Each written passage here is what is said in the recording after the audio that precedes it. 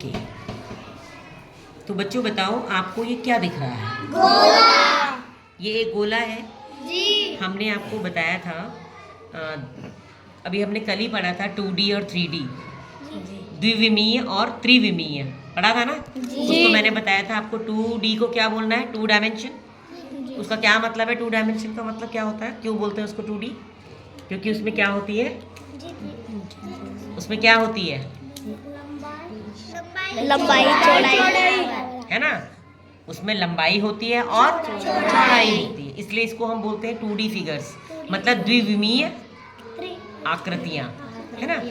तो और वैसे ही 3D जो होता है, 3D को हम क्या बोलते हैं? 3D का मतलब उसको त्रिविमीय क्यों बोलते हैं? क्योंकि उसमें क्या होती है? लंबाई चौड़ाई ऊंचाई। तो ये भी मैंने आपको बताया था कि द्विविमीय कौन कौन से होते हैं और त्रिविमीय कौन कौन से होते हैं। तो द्विविमीय क्या क्या है? वर्ग, आयत, गोलाकार, त्रिभुज। और ऐसे ही त्रिविमीय कौन कौन से हैं?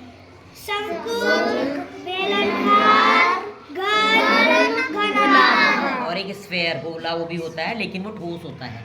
उसके अंदर क्यों होता है? क्योंकि उसमें लंबाई चौड़ाई और ये ऊंचाई जिसमें है वो त्रिविमीय है, जिसमें लंबाई और चौड़ाई है वो द्विविमीय। ठीक है। तो आज मैं आपको ये देखिए चित्र के द्वारा मैं बताने की कोशिश करती हूँ।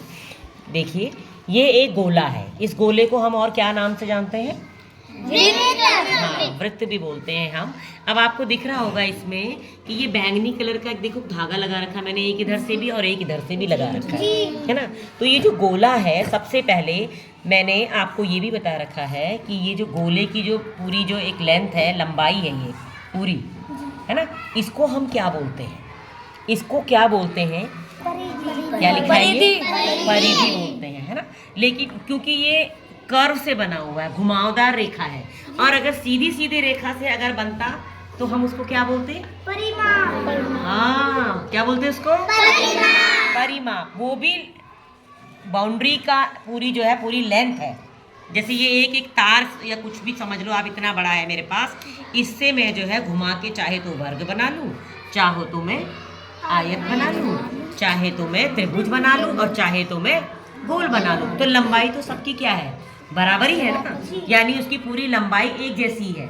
लेकिन अगर मैंने इसे घुमा करके गोला बना दिया तो इस पूरी दूरी को मैं बोलूँगी परिधि। ठीक है। गोला में मैं पूरी लंबाई को बोलूंगी परिधि, और अगर मैं रेखा खंड से कोई भी आपका फिगर बनाऊंगी, आकृति बनाऊंगी, उसको हम बोलते हैं परिमाप। पर हम यहाँ पर गोला पढ़ रहे हैं, इसलिए ये जो गोले की जो पूरी लंबाई है बाहर की, इसको हम क्या बोलेंगे? क्या बोलेंगे? परिधि। अब आप ये देखिए, ये एक जो मेन जहाँ से हम गोला ऐसे करके बनाते हैं ना, कंपास से प्रकार से, इसका जो मेन जो ये वाला पॉइंट है, इसको हम बोलते हैं सेंटर पॉइंट। यानी सेंटर मतलब केंद्र। क्या बोलेंगे? केंद्र से ही हम पूरा गोला बनाते हैं, और इस केंद्र से अगर हम लंबाई नापेंगे ना, जैसे यहाँ से जितनी नापेंगे, जैसे ये है आपकी 10, यहाँ से नापेंगे तो भी ये कितनी आ रही है? 10। यहाँ से नापेंगे तो भी कितनी आ रही है? 10। अगर हम यहाँ से नापेंगे तो यहाँ से भी कितनी आ रही है? 10। इसका मतलब है केंद्र से हम अगर सर्कल के परिधि पर जितनी भी जहाँ से भी लंबाई नापेंगे तो कितनी आएगी? 10 ही आएगी। ठीक है। और अगर इसको हम डबल कर दें, देखो यहाँ तक पूरी 10 आ रही है, आ रही है नहीं आ रही है? 0 से स्टार्ट करते हैं हम, देखना ना, यहाँ पे 10 आ रही है, और पूरी देखो यहाँ पर कितनी आ रही है? 20। इसका मतलब तुमने क्या देखा? आधा ये और आधा ये, यानी 10 और 10 20। तो आपको ये जो आधी है लंबाई, इसको हम क्या बोलते हैं? त्रिज्या। क्या बोलते हैं? त्रिज्या। जो आधी है सेंटर पॉइंट से जो परिधि तक जो लंबाई है आपकी, इसको हम बोलते हैं त्रिज्या, और इंग्लिश में क्या बोलते हैं? रेडियस। क्या बोलते हैं? रेडियस। और इसको स्मॉल आर से दिखाते हैं हम। किससे दिखाते हैं? स्मॉल आर से। और अगर इसको मैं डबल कर दूं, यहाँ से लेकर यहाँ तक, ये 10 की जब 20 हो गई है, तो इसको मैं क्या बोलूंगी? व्यास। क्या बोलूंगी? व्यास को हम अंग्रेजी में क्या कहते हैं? डायामीटर। ठीक है। इसको हम स्मॉल डी या कैपिटल डी किसी से भी दिखा सकते हैं। तो ये आधा हो गया त्रिज्या और पूरी हो गई व्यास। इसका मतलब तुमने क्या इससे देखा है कि अगर मैं त्रिज्या को डबल कर दूं तो क्या मिल जाएगा? व्यास। और अगर मैं व्यास को आधा कर दूं तो क्या मिल जाएगी? त्रिज्या। क्लियर है सबको? जी। त्रिज्या को डबल कर दूंगी तो व्यास मिल जाएगा, और व्यास को अगर आधा कर दूंगी तो क्या मिल जाएगी? त्रिज्या। तो इसी का फॉर्मूला भी इस तरह से निकलता है कि व्यास बराबर त्रिज्या का 2, यानी त्रिज्या को 2 से गुणा कर दूं, 2 गुणा त्रिज्या, या 2 इंटू आर कर दूं। और अगर मुझे आपको क्या निकालना है? त्रिज्या निकालनी है, रेडियस निकालना है, तो व्यास का आधा कर दूं, यानी व्यास लगेगा ऊपर। आधा करने के लिए मैं क्या कर दूंगी? 2 से उसको भाग दे दूंगी। अगर मैंने माना कि मेरे पास ये जो व्यास है 10 है, तो त्रिज्या कितनी हुई? सोच के बताओ। ये 10 है तो ये इसकी क्या हो जाएगी?